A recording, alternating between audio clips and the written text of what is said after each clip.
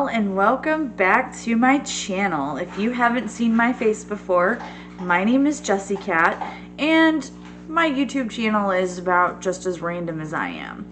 Now today I'm bringing you a very special video. It is a project I have been working on for the past few weeks, and it is basically where I am going to be telling you a story that I have actually wrote myself. I am not an author by any means. I just really enjoy stories. I love reading, and I know true crime is a big deal. So I have a story that I have been working on for a while. I've got the roughly first 16 minutes of it recorded because, let's face it, I can't see worth anything. So I'm just going to do a makeup look along with my story time, and I'm going to call it Storytime Tuesdays, which is usually where I upload, is every Tuesday. So today's story is something I wrote myself. I'm not an author. I just love reading and coming up with my own stories. My parents have always loved my storytelling and how I could just pop up with something pretty fast out of nowhere and spin a tale. So, and since true crime is a huge deal I wish I could talk today, all on its own, I'm going to start with a murder mystery story. So disclaimer, this story is pure fiction, made up out of my own head. Any references to towns or names are purely coincidence. Nothing in this story is real. Well, maybe a town or two that I might find inspiration from. But other than that, this story is purely fictional. There's nothing true about this story. So, the overview of this story is, I am calling it The One Who Got Away. Overview is Annalise Martin, a survivor of a deranged serial killer known as one of the worst in the 21st century, even rivaling Ted Bundy, a serial killer with at least 20 victims and counting, after the one who got away and won't stop until he has her back in his clutches. The authorities still no closer to catching this crazed killer, even after a woman actually escaped him, forcing them to put the poor woman into protective custody until the killer could be caught. Now it's been a decade since Annalise was able to escape her captor, who brutally tortured her in ways no man should ever have knowledge of. Also, there's strong adult language, adult scenes in the book. Not too smutty, but adult conversations about things. Some sexual references, and of course this is about a serial killer, so there's going to be some graphic details also added into the story. So let's go ahead and get on into the makeup look while we listen to my story, and let me know what y'all think about it.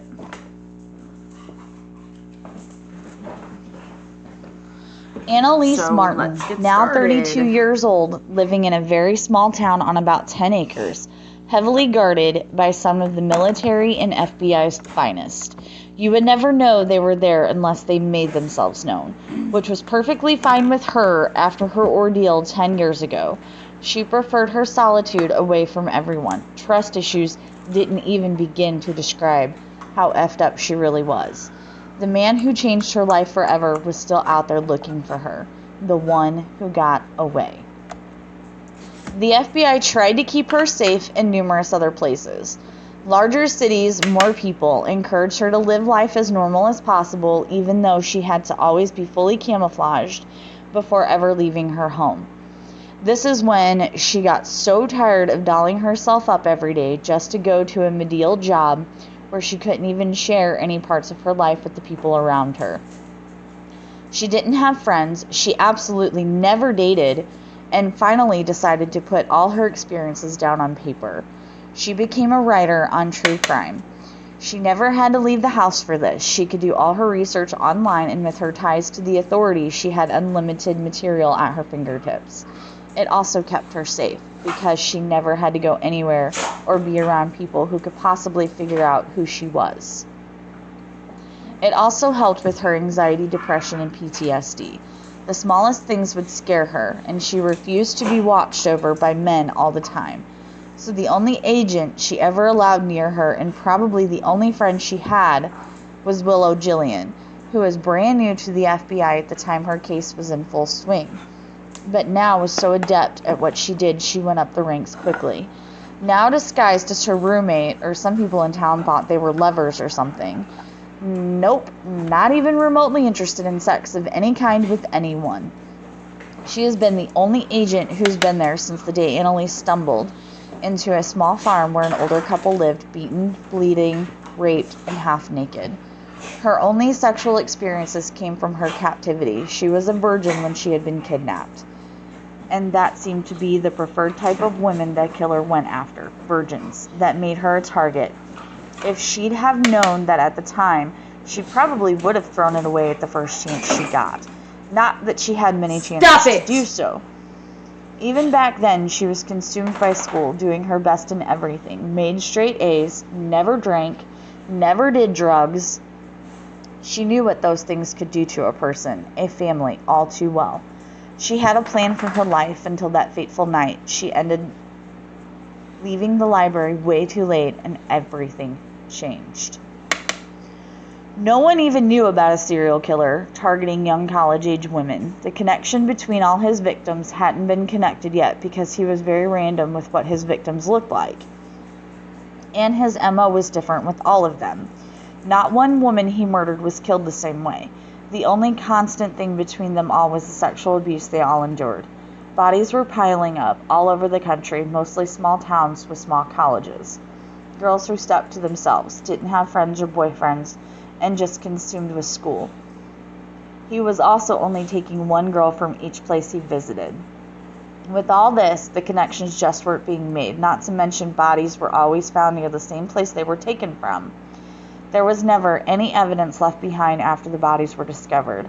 Plus, the killings weren't timed either. It could be months in between the murders again, throwing police off.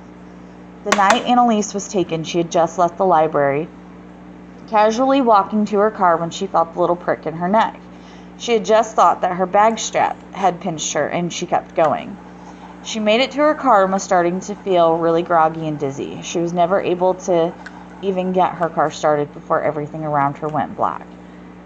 When she awoke, she was tied to a bed in some type of rustic cabin. Everything around her was all wood and very unrecognizable. Then it all hit her at once. Somehow she had been drugged, kidnapped, and was now being held by God only knew, and God only knew where. That was the beginning of her nightmare. Now, a whole decade later, with a serial killer consumed with finding her, leaving little breadcrumbs here and there for police to find. He was mocking them for not being able to figure out who he was and making it clear that he was still searching for her. She lived in fear every day of her life. That's why she chose to move to this remote location with more protective detail than the President of the United States. Between everything that she learned from the agents around her and Willow, they always stayed ahead of this madman. Willow didn't even mind changing her appearance every time she had to go out. She loved the makeup, the wigs, the new clothes. She was as girly as could be, but at the same time didn't have a problem with beating someone's ass when she had to. She did all the shopping, made all the trips to town, paid the bills, kept her identity on the down low. Did everything in her power to keep her safe. Until about a year after she went into protective custody, Annalise was only 23, living in a small 2-bedroom apartment in New York along with Agent Willow. Someone special they brought in just to be with her because she couldn't handle a lot of people and definitely didn't want men around her. She was working in a small office, easier for everyone to keep tabs on her. They thought she'd be able to just get lost in the larger city with more people, keep her head down and just move on. But because her case was still so fresh, not to mention the media coverage still circulating around, she was recognized a month into her job.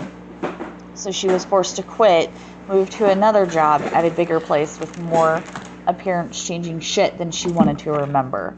It would take her and Willow 2 hours every morning to get her ready to leave the house. She knew everything they did was to protect her, to keep her safe, not just because she survived it, was also because she was the only one who could identify him as well. She may never have saw his face, but she could never forget his voice or his body or the things he did to her.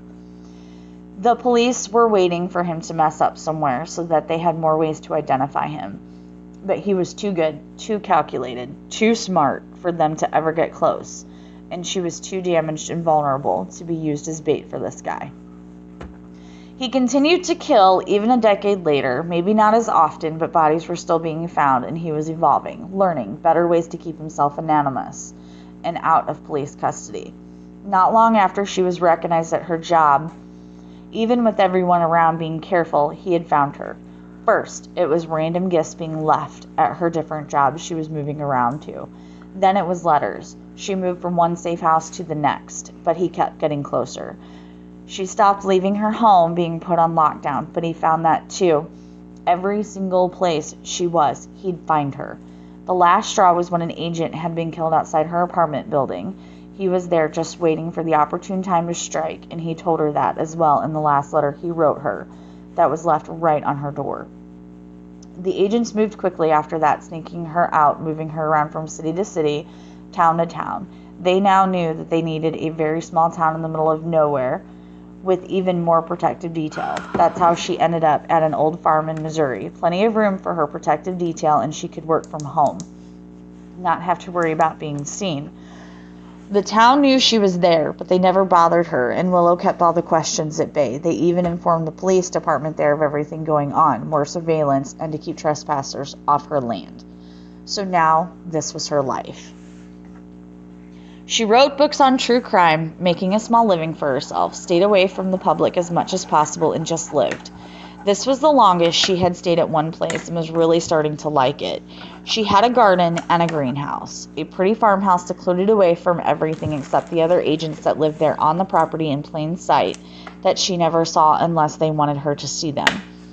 Which she usually didn't want to see them. She knew that these men and women who stayed there were lethal, and nothing was going to get past them.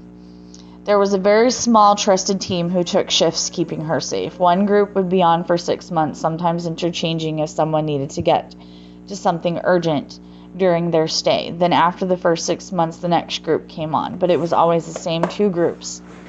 The agents never changed, until today, when her whole life was going to change yet again, and she wasn't sure if it was for the good or just made her a target for the madman still after her. The main agent, Riley Johnson, on her case came to see her right as the employee change was fixing to take place. He was like a grandfather figure and tough as nails. He had vowed to her that nothing will ever happen to her as long as he was manning her case. But now he was sitting at her kitchen table sipping sun tea while Willow debriefed him on the whole lot of nothing going on when he cleared his throat and looked at her. "Anna, I have some news I need to share with you. It's very important that you listen carefully to everything I'm about to say, okay?" He watched her face for any sign of whatever he was looking for and decided to continue. "First thing is, we are getting closer to the killer. He's getting angry that he can't find you and is starting to make mistakes.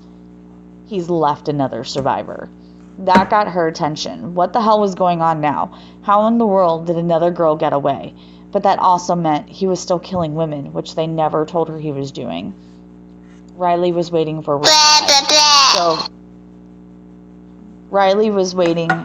reply, so I said, "Go on."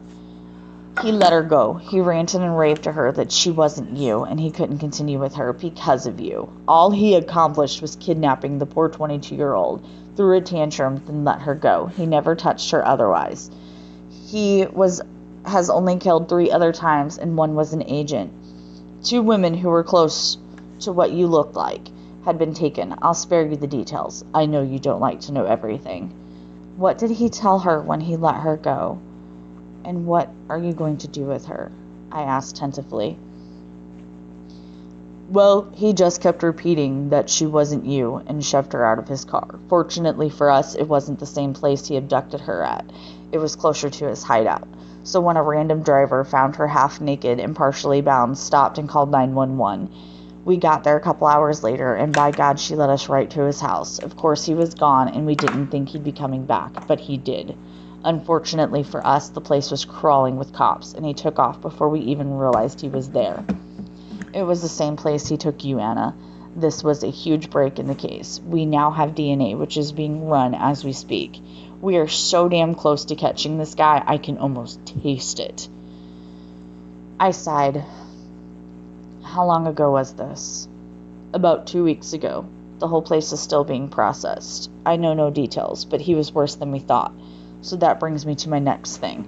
Now that we have the heat on him, we're afraid he may try something drastic, or even try finishing what he started with the last girl. So we brought her here.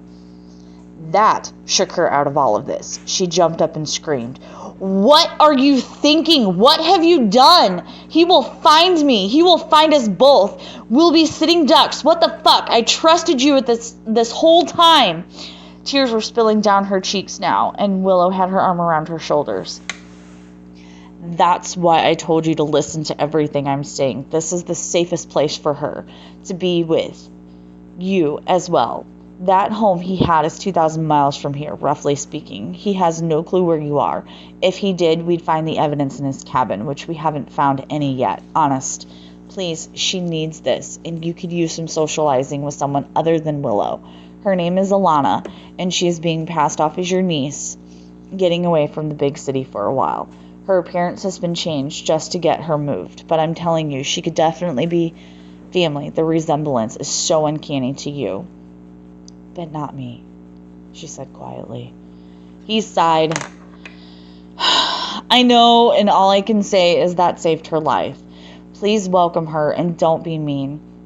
She's had to walk away from everything she's ever known. Her family thinks she's dead. No one but us knows she's alive. We staged her death at the hospital and moved her from there. She will have a hard time adjusting. She's not used to solitude like you. This is temporary, I promise. We are going to find him. Now I know that was a lot of info to take in at once, but one more thing. We've also assigned her an agent as well. It is a man. She's more comfortable with him because he reminds her of her older brother. He can be trusted. Been in the bureau for 15 years now. His name is Eli Connor. He won't be staying in the house, but he is staying right outside. Just then she heard the beeping sounds outside of something being backed up. She went to the window and saw a large RV backing up along the side of her house. Oh, that's not obvious at all. What do I need with an RV when I never go anywhere? I said sarcastically. That's how your niece got here, and her older brother, Agent Riley said matter of fact. Trust me, Anna, I know what I'm doing. All bases are covered. This will be good for everyone. Now, Agent Connor has been briefed on every single thing about this case. He was in the behavioral analysis unit, wanted a transfer, and since he already had knowledge of this case, this is where he's at now. One more thing, this man is like my son. I've trained him in everything he knows, and he will be around you a lot because he wants to hear your story and Alana's as well. Okay, this is the eye look I was going for. I'm going to jump off camera really quick and do the rest of my makeup, and then I will pop on and do my outro, and we will talk a little bit about the story I just got done, or the first part of the story that I just got done. So I will be right back. All right, everyone, this is the completed look for the day. I hope everyone likes it. I'm actually really loving it. It's a very glam look, but I've seen something similar on YouTube. I can't remember what channel it was that I was watching, but this is the completed look. And I've used, if you're interested in anything that I do use, let me know, and I can start leaving the products down in the description box. Most of the stuff, I've been getting boxy charms, and I just received this Lime Crime Venus 3 palette, which I used some shades out of this, but I also used shades out of my Lisa Frank Morphe palette too. The rest of it's just basically drugstore stuff that I pick up at different drugstores like Walmart and Dollar General, Dollar Tree and stuff. Anyway, this is it.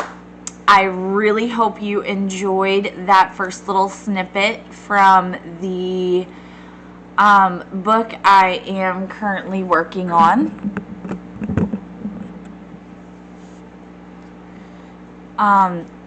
Pretty crazy, huh? I don't know where I'm taking the book yet. I've got a couple different endings in mind. Mind you, I'm only on chapter 2, but we're working on it. So, please let me know in the comments down below if you liked my story. Please subscribe to my channel if you'd like to hear more of my story. And I will probably upload a video once a week for the story, but it may be every couple of weeks since I am currently in the process of writing it before I actually get a chance to sit down and do a makeup look to go with it. Still loving my Wonder Beauty cream blush. Love it. Just love it. Wear it all the time. So, and I'm really liking this makeup look I did today.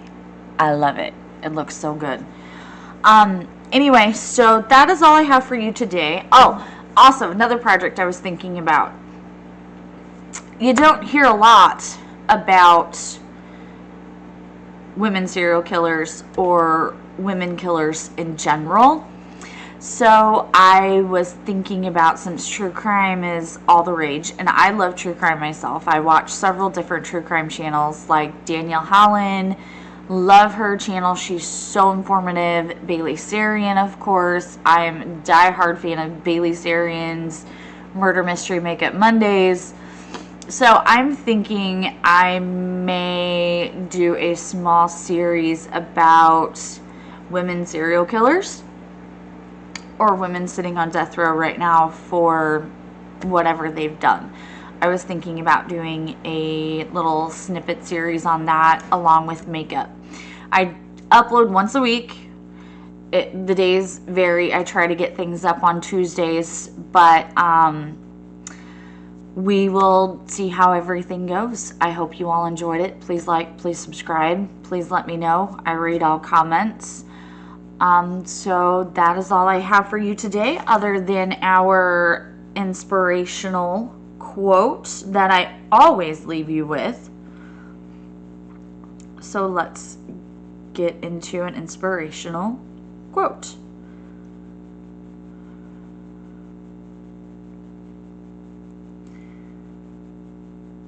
Hang on.